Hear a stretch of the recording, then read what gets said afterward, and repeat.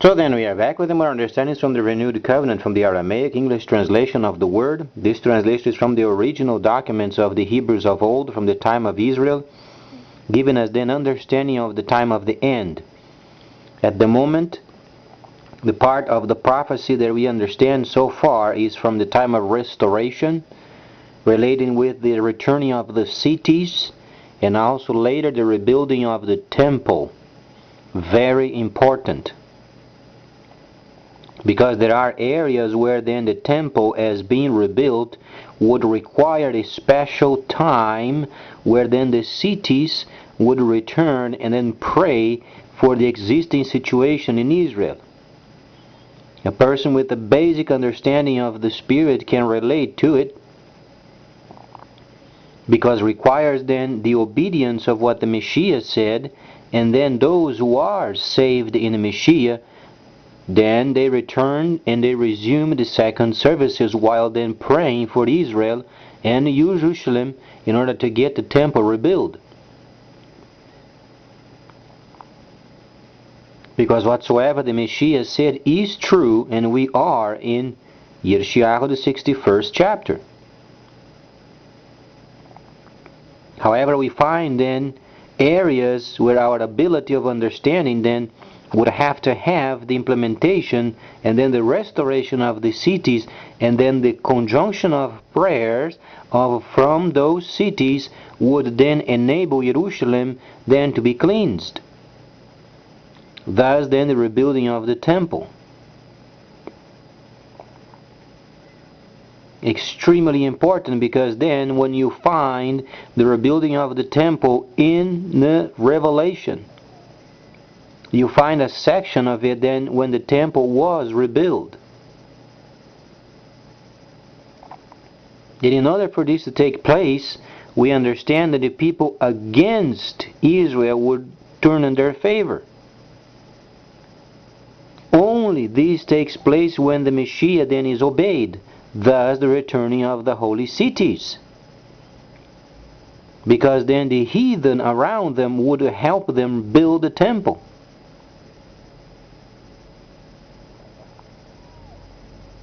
Rather than people being against Israel, against Jerusalem, then because of the obedience of the saved in the Messiah, they resume their second services, and then they pray for Jerusalem, and then they're going to turn the favor towards Jerusalem in order to rebuild the temple.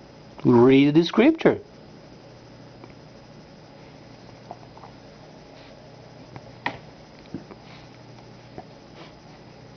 Because at the moment, Israel has no power in then rebuilding the temple. They already spent their whole time fighting against Iran.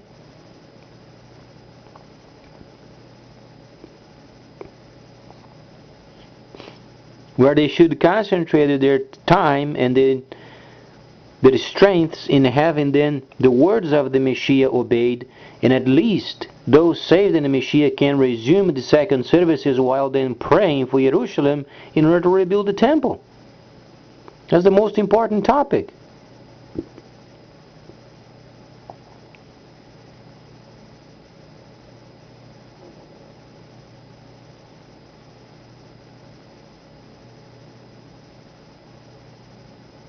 Obviously then the world would want some answers.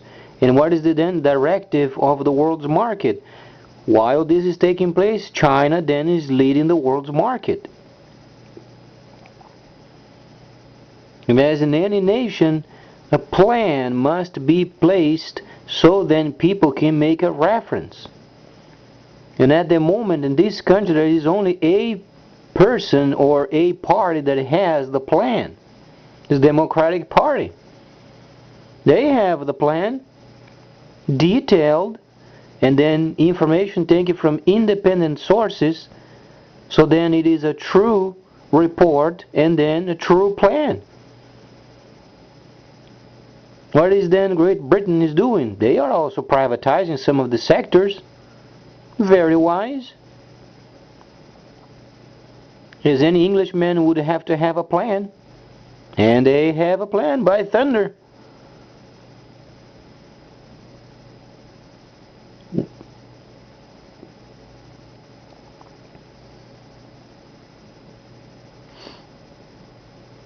So then what would be our side then in our country? We must have a plan. And the only English-like person that can understand a plan is Obama. He has a plan. The GOP candidate does not have a plan.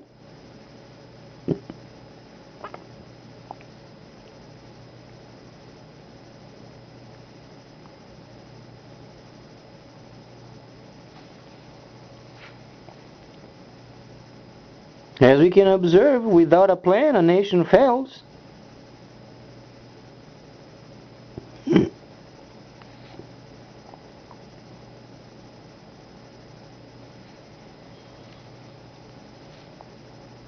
So then Shaliach Shaul, while he was delegating responsibilities to his people, in order for them to resume the second tabernacle services, he was then indicating the transition from the first to the second service. Then he wrote, when he was in the town of the Ephesians, what went on as far as the spiritual warfare. Now, we must understand the factor of then it's not a person making spiritual warfare. He was speaking of his people clustering. And while they were clustering, before they were forming the holy city, then there were wars going on in certain parts that gave them powers, potentates.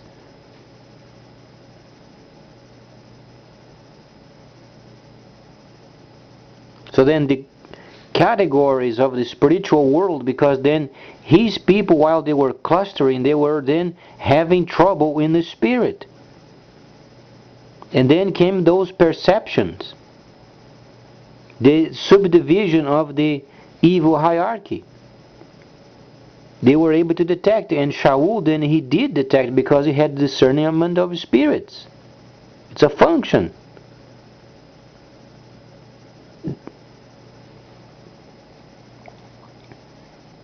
So then he began to understand, then the transitional time began more evident when he began then to explain what were the causes of these people, the Hebraic people, coming together and then clustering to form a holy city.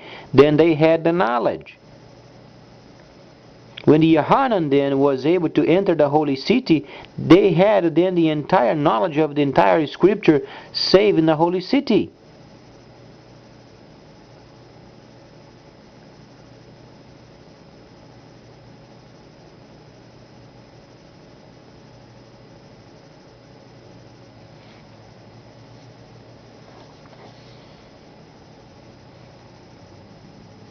So when you hear then principalities, potentates, powers,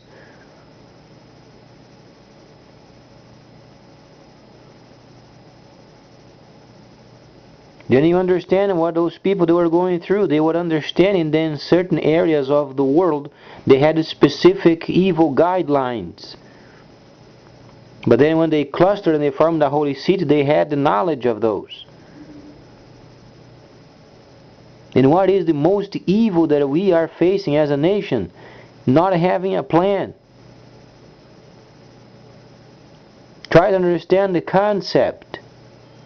What was then Shaul explaining when he was speaking of, then we are not then fighting against the flesh, but against principalities, against potentates, spiritual powers of the heavenly places. Because Shaul then, he was giving them a plan. While they were clustering, they were having spiritual warfare going on because they did not know either grace or either then the law of Moses. Well, how would it work? And he said, no, you then obey what the Messiah said, and then this is the plan. The reason why you are having so many warfares, it's because then of these sections of the spiritual world. People had to give directives, so they were directed properly.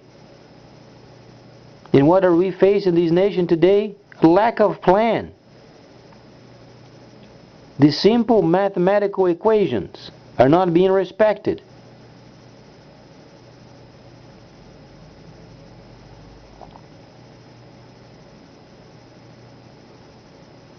So then what plan would you go with? A person with a plan or without a plan?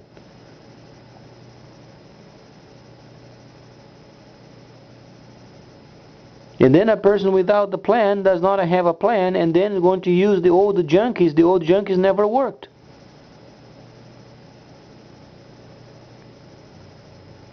And the unrests in other nations, some of them are causing in trouble. And they are in trouble because they do not want any more foreign policies of ours. But then we have to update them to feed the world's market.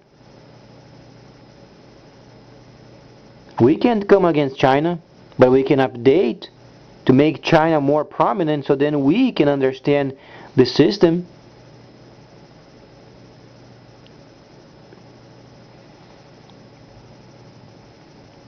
That's why transitional time is always troublesome. It was troublesome during the time of Shaul, during the time of Shimon, during the time of Yohanan. Transitional times are always troublesome, but then what are the plans? We tried our foreign policy before, it didn't work. The GOP candidate does not have a plan. What kind of a guideline is going to use? The old junkies, they never worked. There is much unrest in countries than ever. As they begin to war against each other, more destruction, later they're going to have to rebuild. China then is coming. So either we can make it worse for ourselves, do what is against logic, doing what's against mathematics, doing against the scripture, and then we destroy ourselves at the end.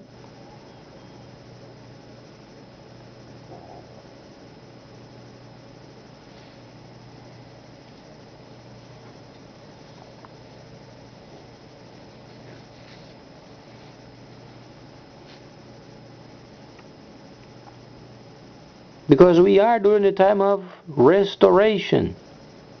Even the heathen have understand this point. The Mayan calendar. Speaking of a time of a transition.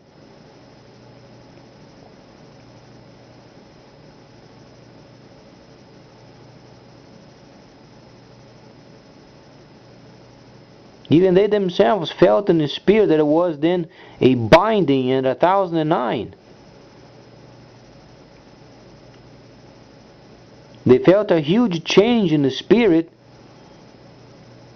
but they were away from the calendar for about 36 months since 2009. But close enough.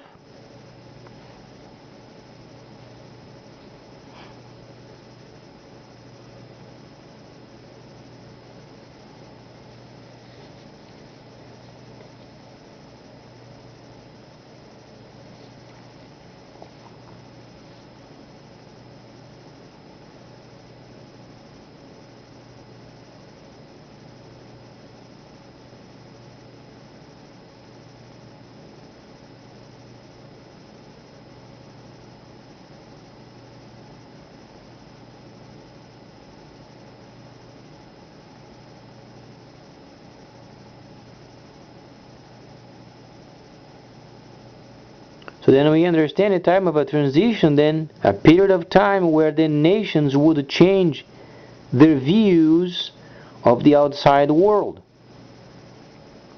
The reason why it's because the holy cities are returning. But it's compensated for then the system of the trade then being in place.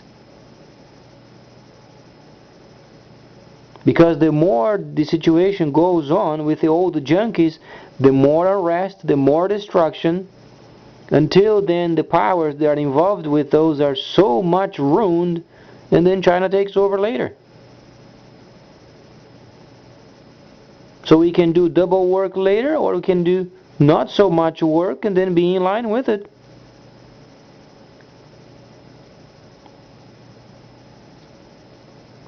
That's why the prophets, they came and they spoke the words of Yahweh based upon the Torah. Were they going to be obedient? Were they obedient? That's what we are facing. Because Yahweh, He does not force. But He shows then the very important facts, as the Democrats are showing the very important facts. They are showing the numbers, they are showing the arithmetic, know how to do the calculation, and then the GOP candidate has no calculation. So how much are we going to understand of the foreign policies if the person does not even have the calculations of the economy? How are you going to enforce foreign policies without the economical plan not in place? It's insane. How could a person go this far, then speaking of foreign policies and not having the economical plan planned out?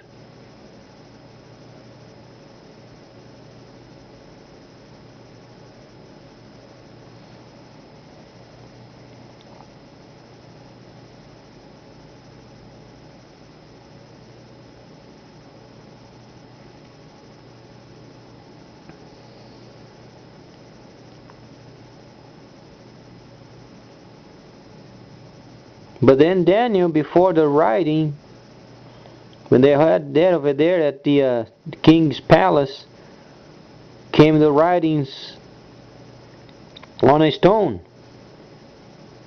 Mene mene tekel upartzin, weighed in the scales and then found wanting. This is what we are facing. Are we going to be weighed on the scales and then do we have a plan? No.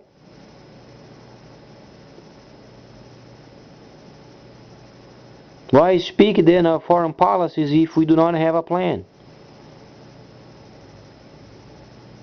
It defeats the purpose. How could the debate go so far in having then a candidate explaining foreign policies without economical plan?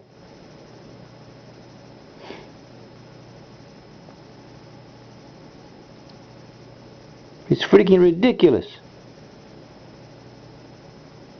It's amazing that people pondering a person with no plan in terms of the economical situation, how a person with the huge numbers can come up with a plan. He doesn't have any plan.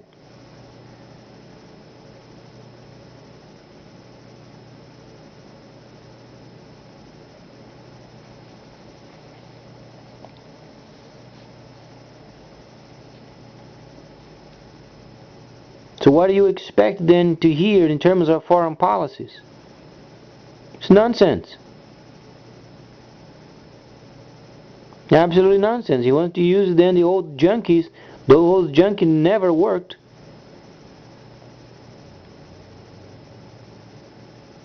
The Democrats have generated more jobs than the Republicans. By far.